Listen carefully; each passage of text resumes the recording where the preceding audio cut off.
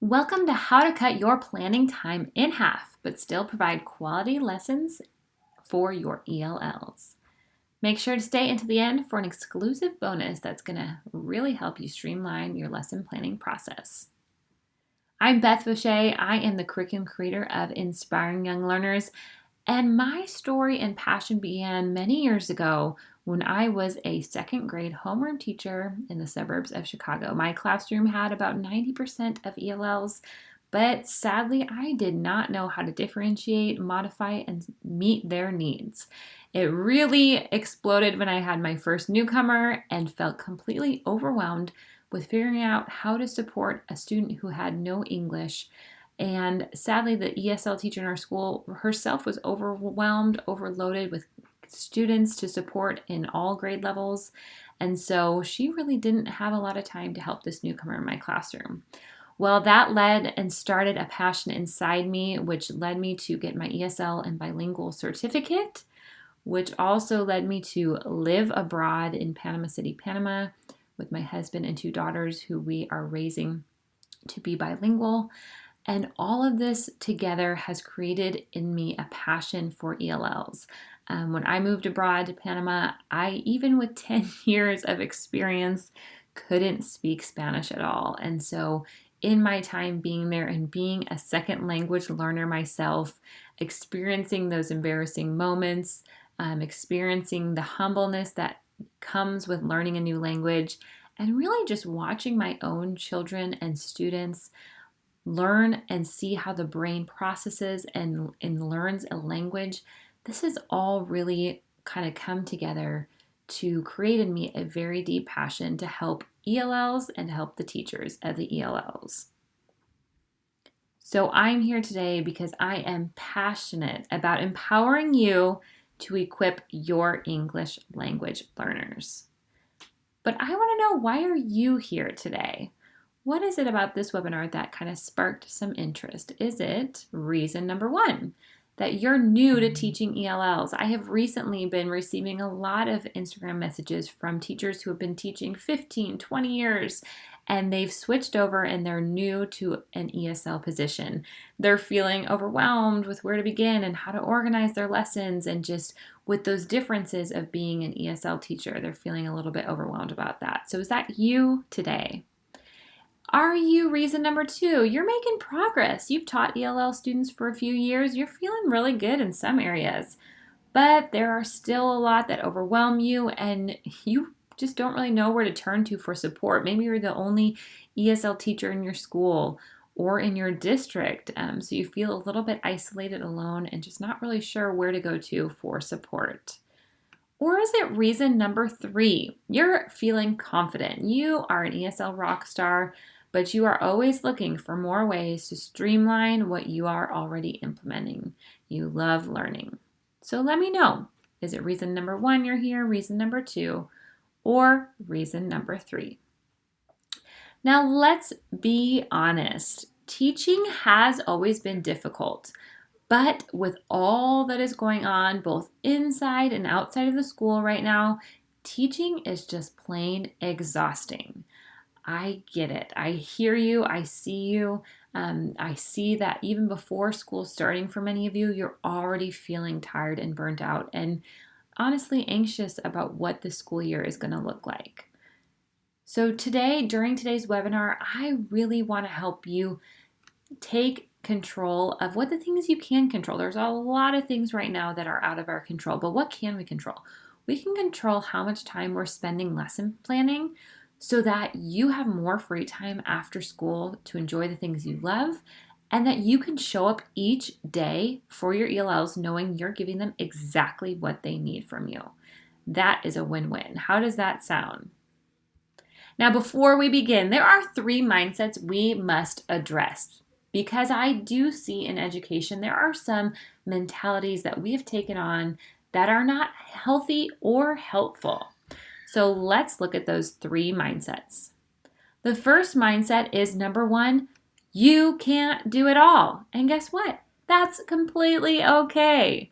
You don't have to do it all. I know we as teachers really believe that we are superheroes, and we are. We know that.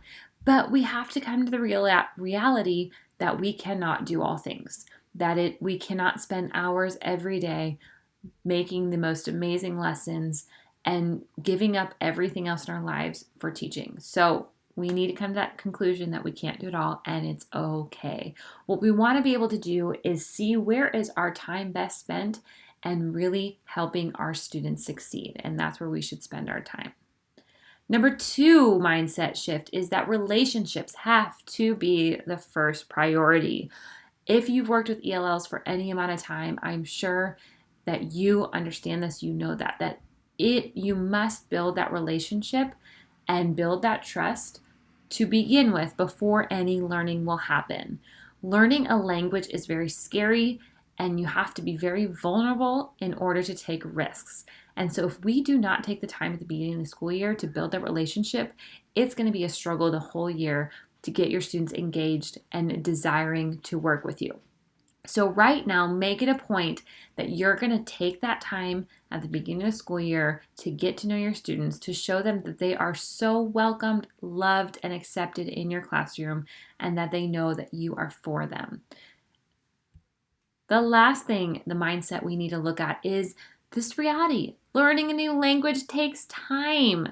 So let's work at not rushing the process. Even if your administrators think differently, even if the other teachers think differently, we know it takes a long time. Learning language fluently takes from 5 to 7 years and even more. So let's give our students the time that they need. Let us not put the pressure on them to make them feel like they're always behind and always having to catch up. Let's stop that now and make that decision right now that we're not going to allow this year to do that. Instead, we're going to celebrate those small wins. We're going to celebrate the way that they are progressing throughout this year in their language skills. We're going to enjoy getting to know them as our students, and we're not going to rush this process. So what mindset do you feel like you struggle with the most?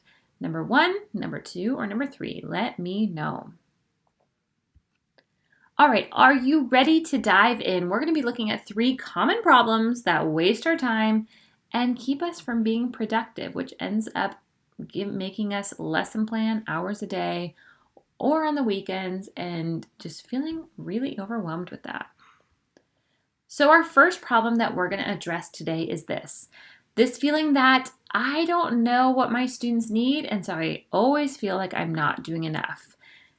I think that happens even more with teachers of ELLs because ELLs are not a one-size-fits-all. We don't have an exact curriculum that's going to tell us exactly what we need to do. And so that nagging feeling in the back of our head of always questioning, am I doing what my ELLs really need? Is this really what they're lacking and that they need support in? I don't know. Have you ever felt that way yourself? It's a terrible feeling. So what's our solution? Our solution is that we need to begin with clear standards and assessments so that we know where our students are at and where we want to go. We need to constantly be checking in on where they're going. And so the other day on Instagram, I was asking my audience and saying, what do you use to assess your students at the beginning of the year? And the majority, hands down, said that they use their access test scores.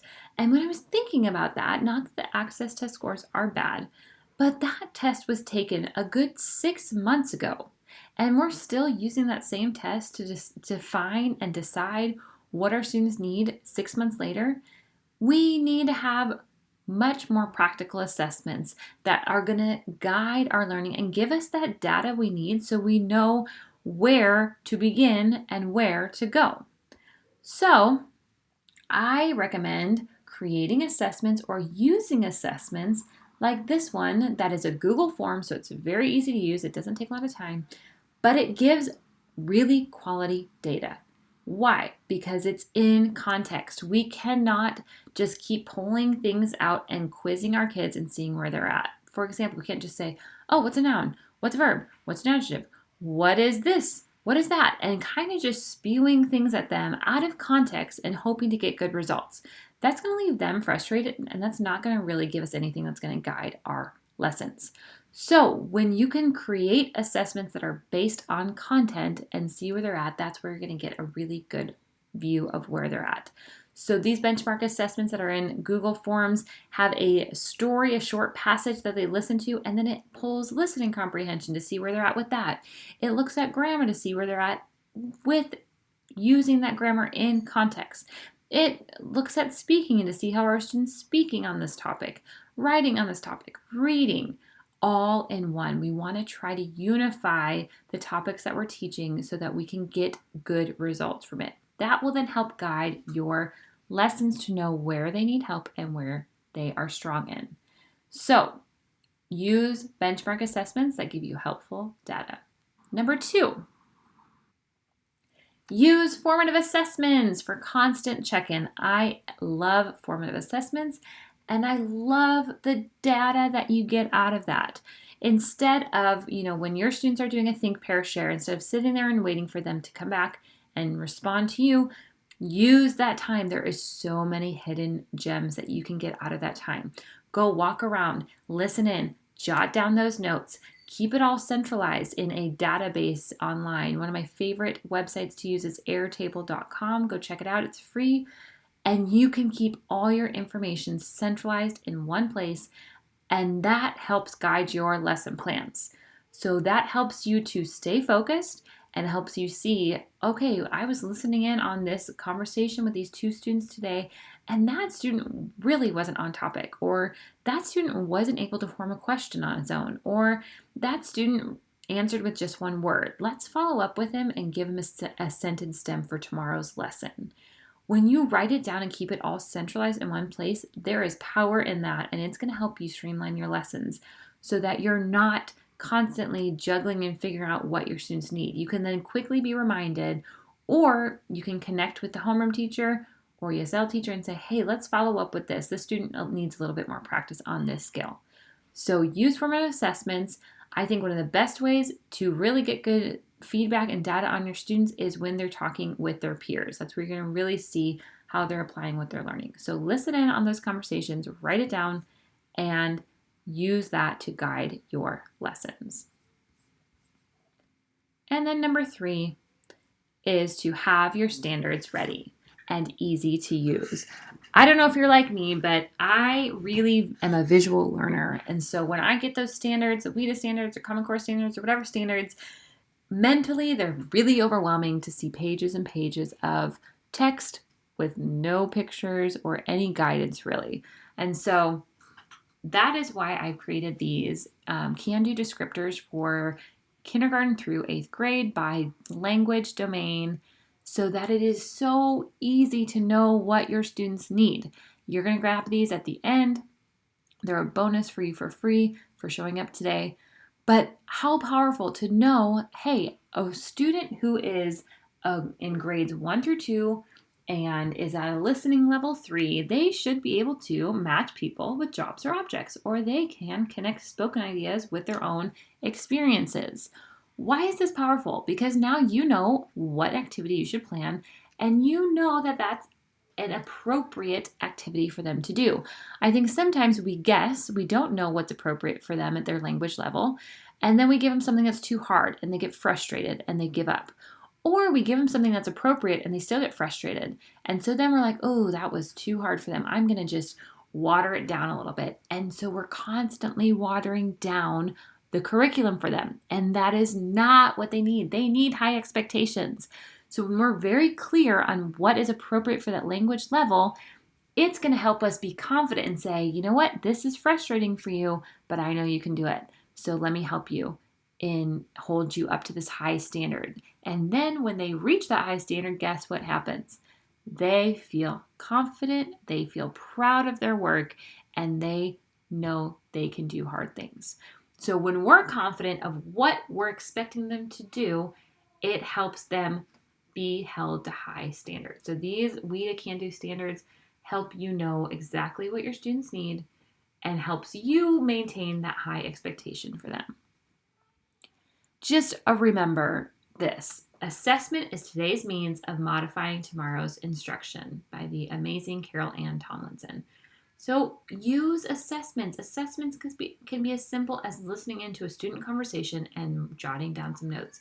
Use assessments all the time to check in on your students' progress. Our ELLs need that because it's not, like I said, a one size fits all. We need to constantly be assessing and modifying our instruction to fit their needs. And it really becomes easier once you begin to do that. Then you know how to lesson plan. You know what should go in your lesson plans. Let's look now at problem number 2. The problem is that you feel that you're only planning one day ahead. That every night I feel like I have to take things home because I'm only ready for today. And once this day has passed, I'm not ready for tomorrow. Is that not a terrible feeling? Let me know if you have felt that way. It is very weighing on you to feel this way. So what is our solution? Our solution is to set up clear routines and structures for the week. Not only does this help you, but it helps your ELL students. Why is that? Because the reality is if you have students who are coming from other countries, and unless they were in a private school, most other countries, their public education is very, very different from the US. And so they probably most likely did not have activities where they were up and moving or playing games or doing a lot of the types of engaging activities that we tend to do here in the US. So for a language learner, that can feel very overwhelming because they're not really sure what to expect every class. They don't know what's coming. But if you have clear routines and structures for the week, that helps their brain have a framework for what to expect, and it helps them build confidence of what to do. That expectation is very clear to them. So it's helpful for them and for you. So what does this look like? Here I'm going to give you 3 examples of weekly routines that you can use. The first one is a routine for newcomers. So let's say you have newcomers and you meet with them 5 days a week. Here is what you can do. If you have my Everything for ELL Newcomers bundle, you know these materials are there. And they're laid out this way, where day 1, you front load vocabulary, you do a listening exercise, you build background, and you listen to the story for the week. Day 2, you take that same story and you pull out a grammar skill. So again, we want to keep everything in context. We want to keep it cohesive. So pull out a grammar skill in day 2 and go more in depth on that. Maybe do a mini lesson on that, create an anchor chart, give them an opportunity to practice that grammar skill. Day 3 is speaking. We want to have them speaking consistently and constantly. The last thing we want is for them to not speak, because that's what happened to me when I took my Spanish classes. And guess what? When I went to live abroad, I could not speak Spanish. So give them plenty of opportunities to speak. And when you do it through a game, it makes them really excited about speaking and they kind of forget that they're speaking. Day 4, then go back to that reading passage. Maybe have them do it on their own. Maybe do a closed reading with it and remove some of the words. Give them a word bank, see if they can fill it in. Maybe cut up the story, have them sequence it and retell it. There's so many ways that you can do that with different language levels. And then day 5, writing. Use an activity to extend the lesson with writing. When you give them writing all on their own without any support, it's very overwhelming for our kids. Writing is the last domain that's developed. And so it is very difficult. The students usually don't like to write.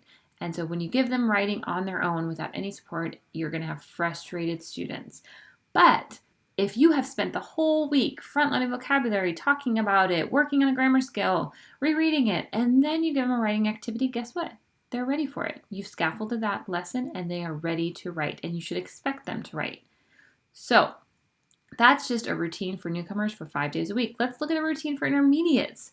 If you have them 5 days a week or 4 days a week, what I would recommend is day 1, whole group doing front load vocabulary, building background, listening to a story. Day 2, do a reading passage where you go in depth. I love closed readings because you go deeper and deeper into a passage, the same passage. Then add in a writing focus that goes with that passage. And then last, you can add in some centers. And so giving kids opportunities to independently apply what they've been working on, where you can then pull those small groups and add in those ways that you see they need a little bit extra support. Centers are a really great way to do that. And then last, let's say you only have your students for 30 minutes twice a week. Well, here is what I would do. I would start with a 5-minute speaking warm-up. These are my speaking and writing monthly cards if you have them or if you're in equipping ELLs. and you have them available, you can use these every day of the entire school year. So start there. Start with a speaking warm-up. It gets their brain active. It gets them ready for speaking in English, learning in English. Then move into some sort of reading passage, something where you can scaffold it and you can use it for different levels so you're not constantly pulling new passages. We'll talk about that next. But some sort of passage that's related to the content that they're learning or the language skill that they're working on.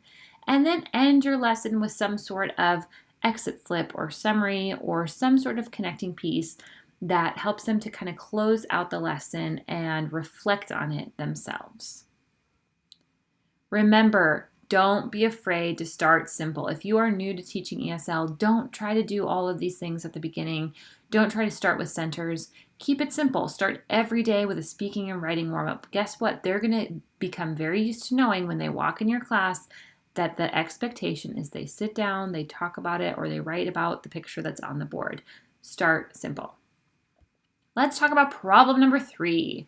Problem number 3 is that you are planning lessons for each grade level and language level that you work with, and you're just feeling really burnt out and really exhausted because maybe you have 8 different groups and you are feeling really tired. So what's our solution? Our solution is to use resources that can easily be scaffolded for different grade and language levels. Stop planning for all of the different groups and start streamlining the process. And how do you do that? Here are 3 examples of ways that you can use these resources in multiple ways. So the first thing are these picture prompts or any type of picture prompts. Pictures are always helpful with ELLs. So find pictures, use these picture prompts. You could use these with newcomers where you could just have them start talking about it or repeat the vocabulary words or create total physical response to these vocabulary words.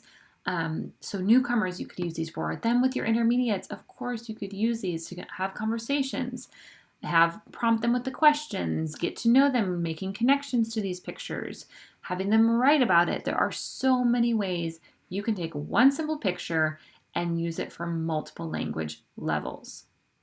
Another way is to find closed reading activities or a read aloud that you're going to use for the week and use it again in multiple ways. Don't find 5 different read alouds you're going to use. Find one read aloud, use it for multiple ways. Find one closed reading passages and use it for multiple ways. And I know you're saying, but a newcomer couldn't use this reading passage. It's way too hard. Well, you can see that there's a QR code. So now this reading passage isn't about for a student who doesn't read. That's not the purpose. The purpose is to work on listening comprehension. And so now it's easily a listening comprehension activity, which is very appropriate for a newcomer. Or you use it with your intermediates and they're ready to work on reading and fluency. And so you can use it for that. So find passages that you can use in multiple ways so that you're not trying to find 8 different passages for 8 of your different groups. Another great resource you can use in multiple ways are games. Games are always fun to use with your ELL students because it helps them to forget that they're learning. It helps them to take the risk and start speaking. So on the left, you'll see this is a smart board game that you can put up if you have everything you need for ELL Newcomers Bundle. This is a new edition that you can download in your purchases. But this is just a really interactive way to get kids speaking that you can use for multiple different groups. And then on the right, this is a new game I just came across. This is Apples to Apples, which is not a new game, but they have a new version of it that has the adjective, and then it has, instead of the noun cards, it has all these pictures. So again, this simple activity can really produce amazing language output. It makes it fun.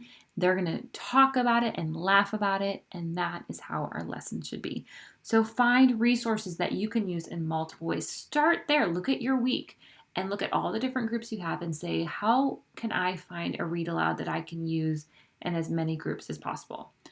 Because with that same read aloud, you can pull out different vocabulary passages. You can pull out different question prompts depending on the language level.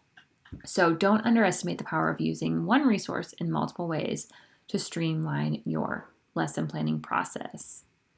All right, just remember that students benefit from repeated interaction with the same text, The same game and the same activity. So don't underestimate the power behind repeated interaction. We don't have to constantly be doing and introducing new things. It's actually really great for them to work independently when they've already played a game as a group and now they can work on it with a partner because they've done it with you. If you are playing games or you have some passages, keep them in the room so that they can grab them and they can work on them on their own. That's a powerful way to help our ELLs grow in their confidence. So let's review. The first problem, our solution was to begin with clearly identifying and using your standards and assessments. Get really focused on that this year. Stay focused on what's the goal we're working on, what's the standard we're working on. Don't be so standard focused that you forget, to provide the engaging materials, but get standard focused that it keeps you really focused on what you are striving for with your students and checking in on their progress. The second thing was set up consistent routines and structures for the week to help you be able to easily plug in what they do that day and also for your students to have that framework and that structure. And then number 3, repeat resources and use common tools for multiple groups. That is not cheating. That is working smarter, not harder. Now, there's this other problem that I see and that I felt completely, and this is this. This all sounds great, but I still have to spend so much time finding resources. Have you been there? Have you been Googling and finding resources, trying to find more resources, finding free downloads on GPT, downloading whatever you can find, and then feeling like, okay, now how do I piece this together? Or it's still not really what I'm looking for. Well, this is probably the easiest solution for you, and that is to come join us in Equipping ELLs. Equipping ELLs is a monthly membership that provides you with lesson plans, resources, training, and the best part, community. Because I do not want you to go another year feeling overwhelmed, unsupported, stressed, and exhausted. So in Equipping ELLs, what's included is every month you get a monthly guide. You'll get a scope and sequence plus lesson plans for both newcomers and intermediate ELLs. So no more guessing what and how to teach your ELLs. If you're really serious about streamlining the process and cutting your planning time in half, this is going to definitely help you do that. So every month we set up 3 goals. I share some different can-do WIDA standards to focus on and some question stems and some ways to differentiate for both newcomers and intermediate, and then tell you exactly what to teach and give you the resources right there to do it. You also get all of my resources from my TPT store for ELLs all right there in one place. So that's over $700 and growing of value because you're the first to get any new resources that come out. And there are a lot coming your way this year. We are working on some brand new content created, Common Core aligned units that will be coming out along with more grammar activities and digital games. And all of that is put into Equipping ELLs first. I also share how to set the resources up, how to use them, answer any questions. And so you don't just get the lesson plans, but you get the resources all in one place to be able to support your ELLs. You also get digital and printable materials at your fingertips. So Lord willing, kids will stay in person all year, but to know that you have the ability to go digital, to go online, to go hybrid at your fingertips is very relieving. So all of those are there for you. Along with the resources and the lesson plans, you get monthly coaching. So each month, 2 times a month, we are doing some different trainings. And then the best part are the breakout sessions that we have once a month where you get to go and meet other teachers around the world that are passionate about ELLs.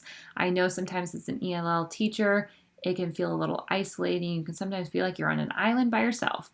And that is a huge part of Equipping ELLs is that we don't want you to feel that way.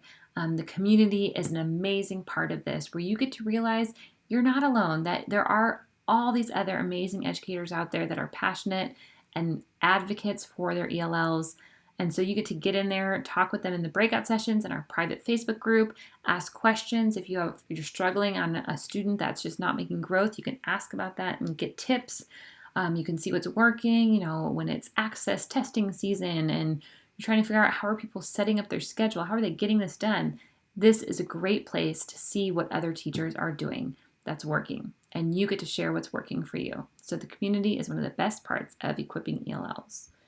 Taking a closer look at what's inside, you get progress monitoring. So that progress monitoring I showed earlier on is in there. We're actually coming out with quarterly progress monitoring on Google Forms for all the grade levels K through 12 that are aligned to Common Core, so that you are clear of what your students, where their strengths are, where you need to focus on for the quarter. You also get the daily speaking and writing cards. You get a newcomer curriculum for younger and older. Both of them are available in here. I know I've had a few people reach out to me and say, what's the best bundle to buy from your store? Well, here in Equipping ELLs, they're all there, so you don't have to pick. They're there for you, the older and the younger versions. The listening comprehension practices are there. Closed reading activities for higher readers and for new readers are all included in there. Vocabulary games and activities. Boom cards, differentiated writing prompts, and much more is to come. Now, I know this could look a little bit overwhelming, like, I don't know if I want all those at my fingertips. It might be too overwhelming. Well, we are making sure that it is as clear and easy to use as possible. The last thing I want is for you to feel overwhelmed. We have been transforming the platform. This is a brand new platform, and so that it's really easy for you to use and find what you're looking for. So you can join the private Facebook once you get in the Facebook group once you're in there. All of our monthly training sessions are recorded and uploaded for you to have professional development at your fingertips. There are tutorials in there, so if you're using a resource and you're just really not sure how to set it up or how to use it, we can upload new tutorials in there for you. You also get the monthly plans that are with all the resources included. And then recently this year, we have really tried to streamline it so that whether you teach K through 2 or K through 5 or 6 through 8, you can find the resources right at your fingertips. So we have now made it so K through 2 resources, you can find those for newcomers, intermediates, advanced, all in one place, and get them and download them by language domain. The same with 3 through 5, 6 through 8, and 9 through 12. So we are really focusing on providing more materials for you for your intermediate ELLs, and especially for 6 through 8. That is our focus this year, is to help you in all grade levels K through 12. So the way that I see it is that you have two options for this school year. You either can continue to feel overwhelmed with spending hours looking for lesson plans, writing lesson plans, doubting your lesson plans, and then starting that cycle over again, or you can choose to invest your time and money to get quality resources that will engage your lessons, cut your planning time drastically, and connect you to passionate ELL teachers from around the world. Which option would you choose? Option 1 or option 2? If you choose option 2, then come join us today, where you get access to hundreds of dollars and growing of resources, plus hours of PD, all for the price of 4 Starbucks coffees per month. So if you join today, you can get in and lock your price at $19.97 per month, or you can pay up front for the entire year, which is $199.70, and you get 2 months free. So you can go to equippingells.com and sign up today. Now there's a few questions that you might be thinking, so let me help answer some of those. You might be thinking this question, that you've already purchased a lot of your TPT materials, so is this worth it if you still join? Well, let Michelle answer that question for you. She's one of our Equipping ELL members, and she said this, that she already owns several of your materials, so I was unsure about the benefits of the membership. I am so thankful I took the leap and joined. Your resources have been invaluable, and I have seen the confidence and progress of my students improve. In addition, the games and multiple platforms make learning fun, engaging, and give me multiple ways of reviewing and presenting the material. So if you've already purchased some of my resources on TPT, 1, you're going to get all the new ones that come out, and you get more training and just a place to ask and the questions of how to use the resources best. Another question that I've gotten is, how is Equipping ELLs different than ESL Library or Raz Kids ELL, those types of other subscription websites? Well, the biggest difference, in my opinion, is that you're going to get the support, training, and community, plus all of the resources. So it's not just a place where you just come and then you have all of these resources and you're overwhelmed and really no one to help tell you where it is. I know I've been on that path before with Raz Kids, and it's a great website, but just kind of downloading, and still feeling like, there's a lot here. But here in Equipping ELLs, you get the training, you get support, you get community. And how cool is this? You can be part of something really unique, and you can join Equipping ELLs, where you will get to give firsthand feedback about current curriculum and what is to come. This is for you. You are the purpose of why I've created this, because I want you to feel empowered to equip your ELLs. And so that's the beautiful and really unique place and thing about this, is you get to share with me directly, what's working, what's not working, an area your students are really struggling in that you would love a resource to help boost them in this area. All of those things you get here in Equipping ELLs. What if I tried and it isn't a good fit? Can I cancel? Of course, you can cancel at any time, no strings attached, if you're in our monthly plan. If you're in the year, you buy the year up front, and then you can cancel at the year once it's over for renewal. But come join us. You can find out what's inside and see if it's a good fit for you. But I believe that it is. You're going to love it. You're going to love the support. You're going to love having engaging and interactive materials for ELLs all at your fingertips in one place. So come check it out. Let me just share who this wouldn't be a good fit for. If you're in a school that has a very strict curriculum for your ELLs that you must use, then this probably isn't a great fit for you, because you really won't have that time in the day to use these materials. If you want to come for the professional development and the trainings, then please come, of course. But if you're in a very strict school, then that might not be a great fit. But if you have that freedom to add in your own supplemental materials or use this as the core curriculum, you're going to find those materials and resources to do exactly that, which are going to help make you feel really confident, and it's going to help your kids feel really excited. So thank you guys so much for joining me today. You can grab your bonus in the comments. I will share that link so you can get started by streamlining your process with these WIDA can-do descriptors and really know what appropriate language skills you should target. Just a reminder that the doors close on August 24th, so don't miss out. We would love to have you in our community, and we would love to help you support your ELLs this school year, whatever the school year looks like. We will be there to help support you. So join today for $19.97 per month or $199.70 per year at equippingells.com.